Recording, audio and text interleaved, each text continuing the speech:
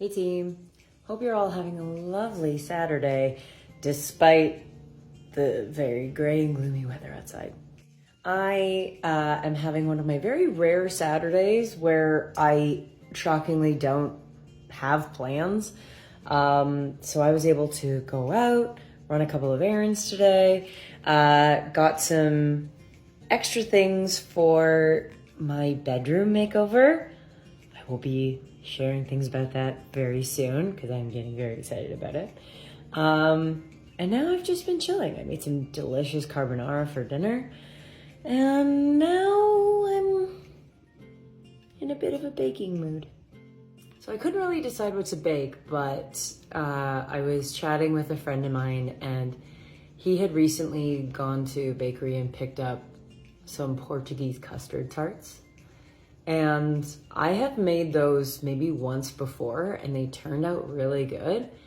And now I can't stop thinking about them. So we're gonna make those today. And baking music today, I just picked up Hosier's second album, Wasteland Baby, the other day. And so I am so excited to give this guy a listen. I absolutely love Hosier and I'm seeing him in September. And so I'm psyched. So for Portuguese custard tarts, or Pasteis de Nata, let me know if I'm saying that right, the ingredients themselves are quite simple. It is, a flour and water pastry dough and a custard filling. However, what makes this difficult is that in the traditional tarts, instead of it just being a puff pastry dough or some kind of base, which you can absolutely use if you want to, the traditional ones have a lot of really fine layers that are layered with butter. So it almost comes out like a croissant on the bottom, and then it's filled with the custard. So obviously, because, I'm kind of a masochist, I'm going to try to do some of that very, very difficult dough and layering. And I'll show you how.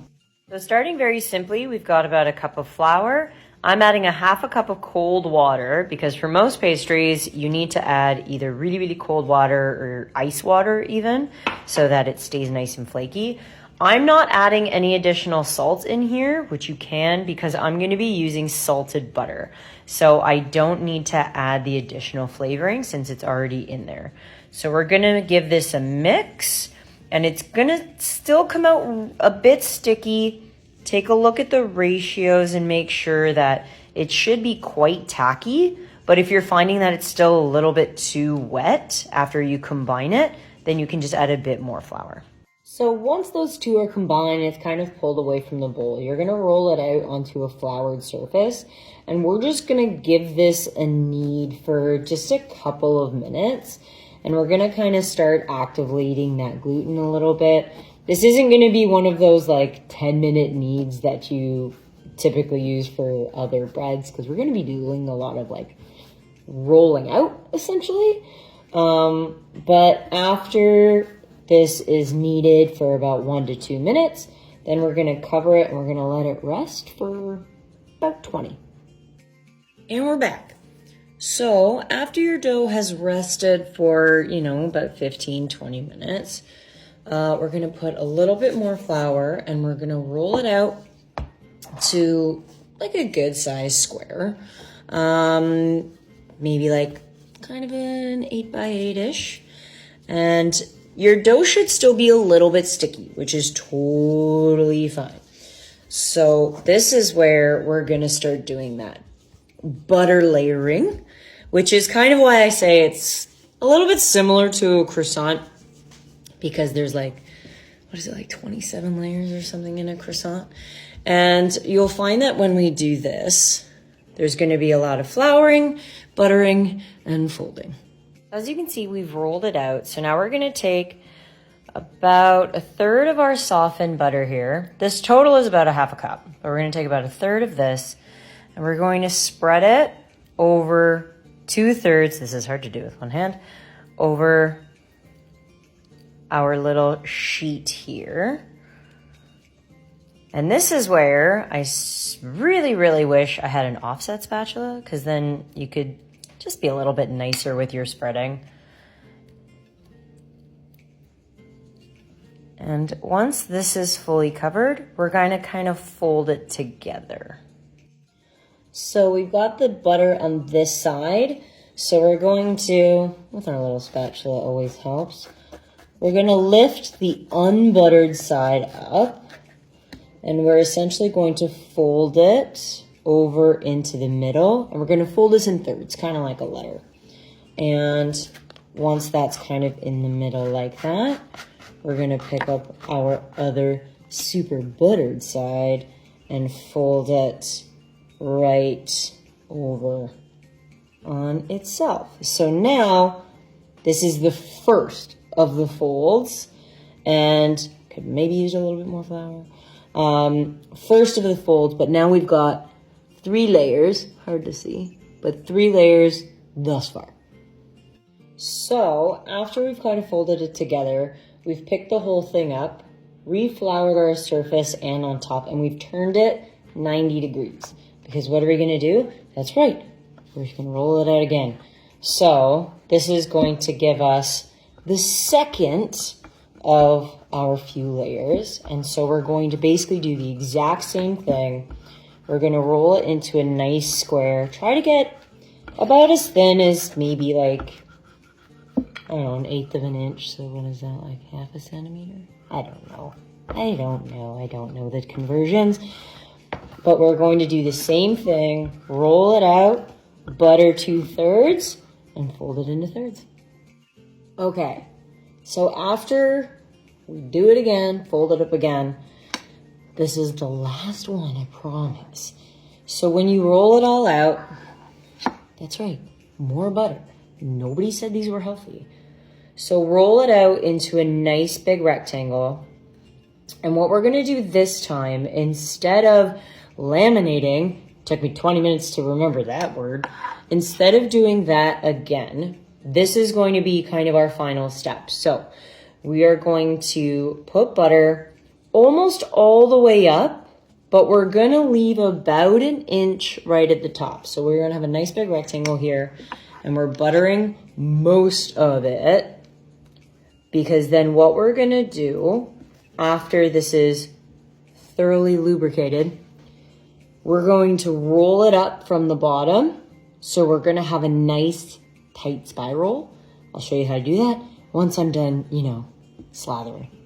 Okay, so with that all buttered, we're going to kind of pick this up on this side, and we're gonna give this a nice tight roll, bringing it all up together in one nice even spiral.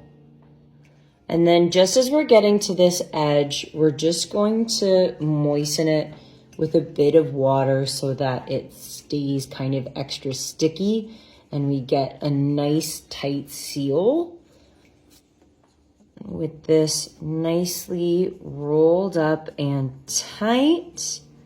So now we are going to wrap this in some plastic wrap. And this baby is going in the fridge for either a couple hours, or if you can leave it overnight, that's fine too. You just want to make sure that the butter gets nice and chill again since it's been softened. So while the dough is in the fridge, we're going to work on the custard filling. So first things first, we do have a simple syrup going on the stove. This one is a little bit thicker than what we normally do. That's about 1/4 cup of water and 3/4 cup of sugar. I can talk. And normally at this point you can add in like a cinnamon stick or some lemon zest to give it some flavor, but I'm fresh out of both, so I'm just leaving it nice and simple. And so we're gonna bring that up to a boil and let that get going. In this pot, we have about 1.5 cups of milk, and we're gonna start to warm that and whisk in about 1/3 cup of flour so that it can get nice and thick and we can get that custard base. So now that the milk has thickened up, this happens super fast, by the way, like 3 or 4 minutes and you're good. So we're gonna turn off the heat and we are going to let this cool for about 10 minutes before we add in the eggs. So now that the milk has cooled, we've put it into this really big container because this is gonna be really easy for when we're actually pouring it into the molds later. And we're going to add in 6 egg yolks. I'm sorry to anybody who's paying a little bit too much for eggs these days. Maybe save this recipe for later. But 6 egg yolks, and we are going to, oh, one of them broke. And we are going to whisk these in very well. Now we wanted to make sure that the milk was cooled before these went in. Otherwise, you're just gonna get scrambled eggs and it's gonna be real gross. And then to this, we're going to add in that simple syrup that we made, because this is obviously going to be the sugary bit. Ensure that that's nice and incorporated. And then lastly, we're just gonna add in a teaspoon of vanilla. This bit is totally optional, but this is just gonna give you a little bit of extra flavor in a really, what would have otherwise been kind of really rich custard. Now, I know you're thinking, Elisa, that looks hella runny. It's supposed to. When I was first making these, I was a little bit cautious about how runny it looked. But when I had gone to Portugal, when I was in Lisbon, and I saw them making this, they would have it in kind of a big funnel, and it would just be almost like a spout.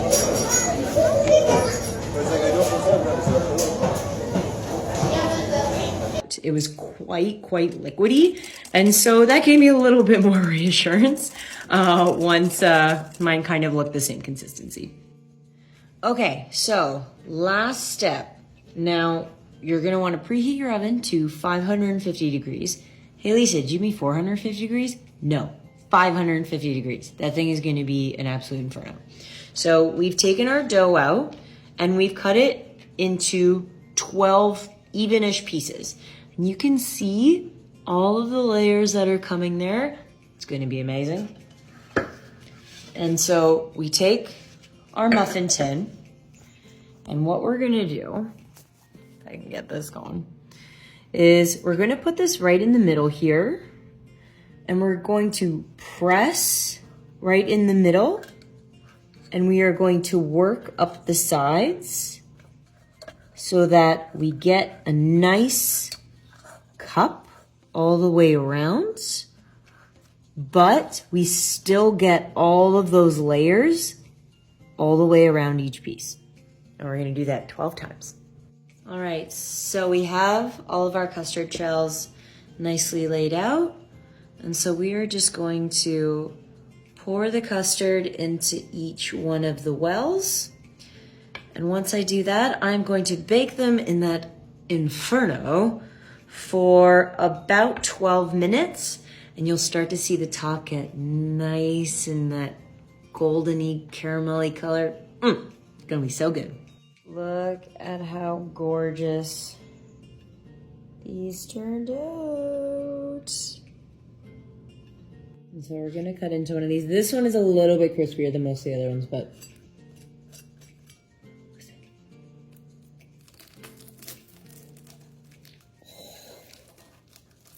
look at how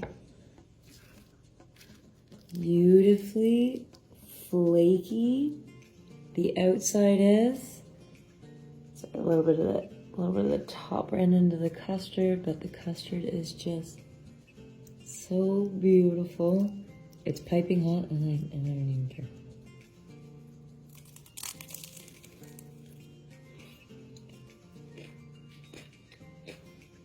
Oh my God.